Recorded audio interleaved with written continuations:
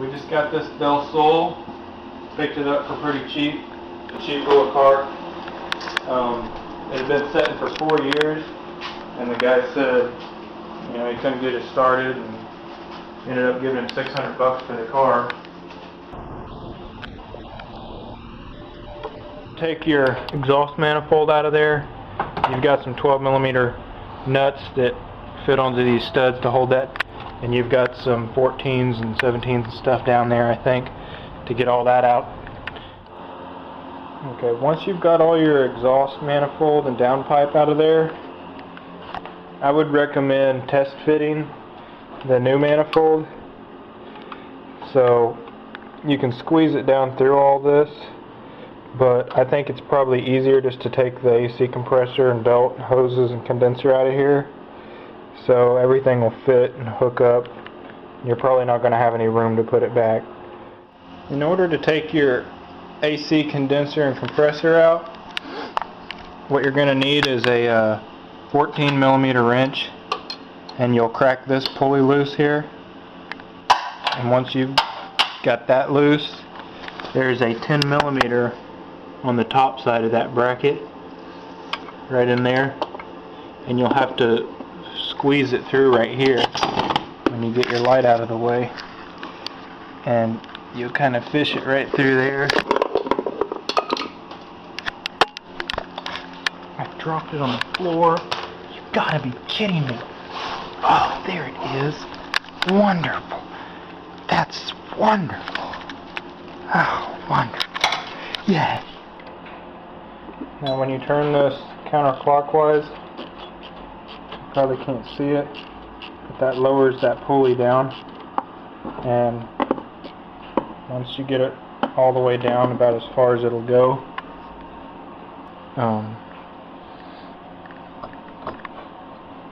that'll pull off there,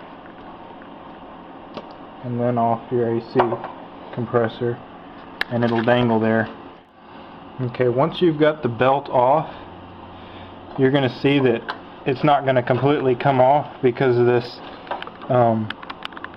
motor mount bracket that's in the way. It just dangles there, and the only way to get that out is right down here. There's a 19mm nut on that bracket. And once you take that nut off, that'll allow that to come loose, but you'll have to take the whole mount itself out. Once you get that nut off, you'll want to come under here to take that bracket loose, which isn't too bad. And once you get both of these out, it's a cakewalk, because they're usually broken.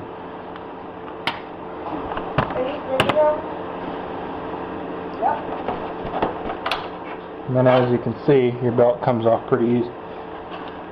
What I always like to do at that point is just put the bracket right back on, because it's kind of handy just to have.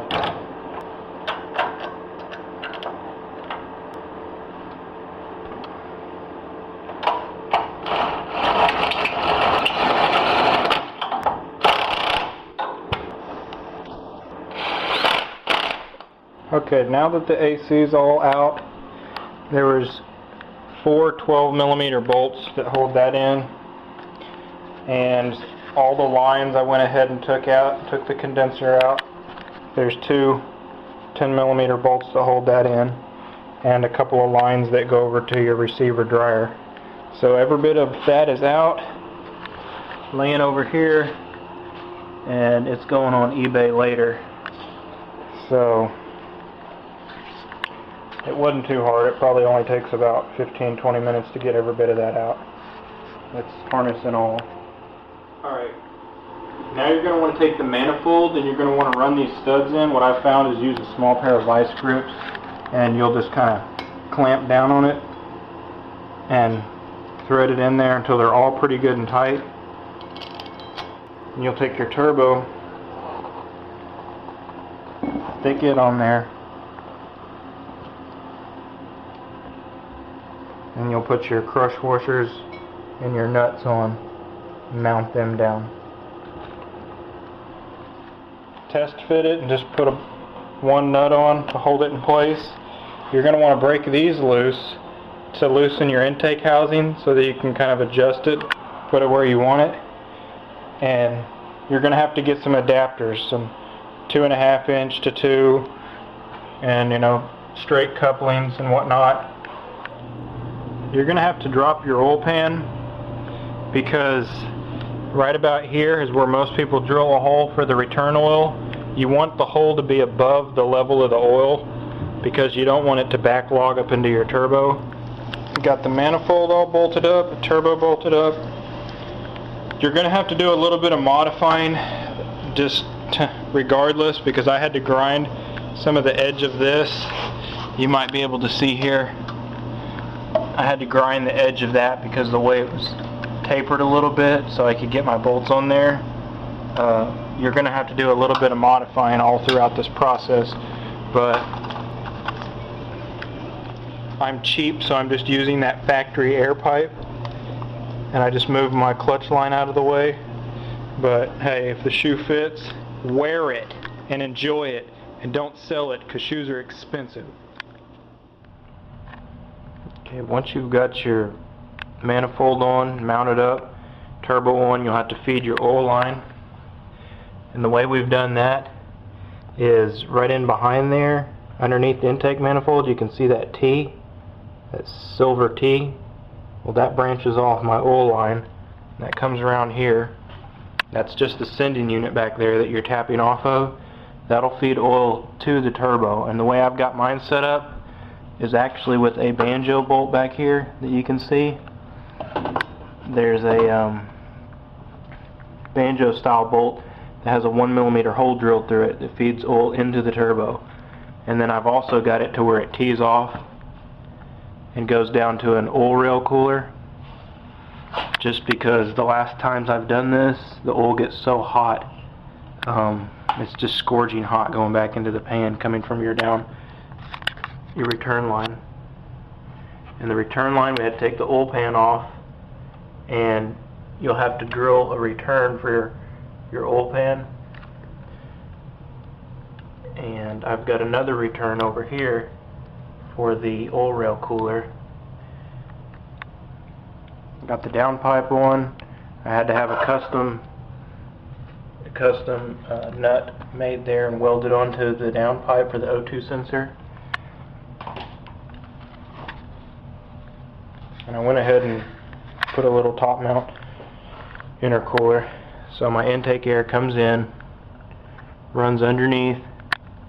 I just use the factory air pipe. I know it's ghetto, but that brings air into the turbo, boosted air coming out, going through your intercooler and back into your intake. You'll hook up your blow-off valve.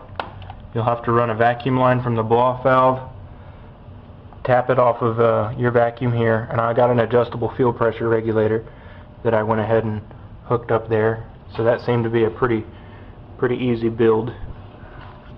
And your wastegate, you'll have to run boost pressure straight from the pressurized side of your compressor housing to your wastegate, and I just ran it in the bottom, and then I put a plug in the top and drilled a little hole so it can vent as the diaphragm moves up and down. Downpipe, I'm just sending it to atmosphere. Yep. Don't want to hear anything about it, and that's how it's done. Okay, last but not least is the boost gauge. I got a smoked boost gauge off eBay, and what I'm going to do with mine is actually I took the cluster apart. It's pretty easy. You got these little tabs all across the edges, and once you take the cluster apart, I took this clock out here. It's like a clock and tells you if your doors are open, whoop-de-doo. So I'm taking that out, don't need that junk anymore. And I'm actually going to just take these, drill a hole right in there and just set it center. And set that boost gauge right in there like so. Okay, what I've done here is I've actually moved some of this printed circuitry out of the way, and then just marked my holes where the bolts needed to be and the boost inlet.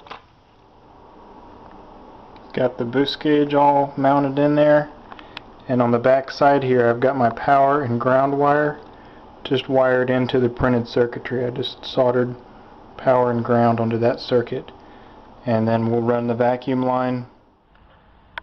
Everything's put back in place, all the connectors are plugged in, and I just routed my vacuum line just right to the back of the dash there. And we'll put a key in, turn it on. We'll just put the shroud back on and take it for a spin. Back here where your throttle cable comes in, you'll have one of these plugs over this hole, and I just took that plug out, and you can take a soldering iron and just melt through some of the carpet that's back in there, and then that'll give you access for your vacuum line to come through. And what I like to do is I like to leave my light shining down here on this hole, and then go into the cockpit, and you should be able to see underneath here where daylight's coming out, which is right up under your pedal there. And then you just take your line, feed it through that hole, and tee it into your vacuum. And feed it through just like so, and you're good to go. And one more thing I might add is I've added on this project was an adjustable map clamp, and that just tees into your map sensor and gives the ECU a false reading of the voltage, so that when it senses boost, it won't throw a check engine light.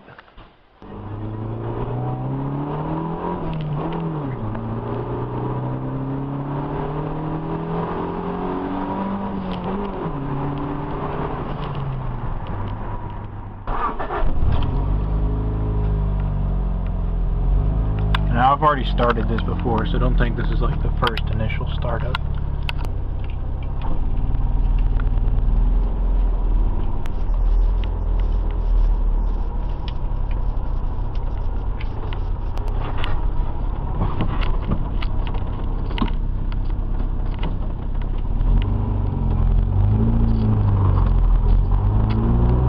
Looks like the boost gauge is working decent.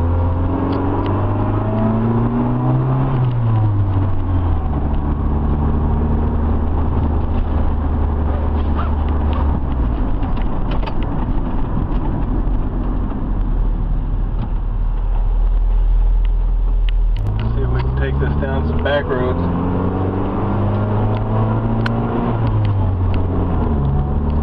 See how she does.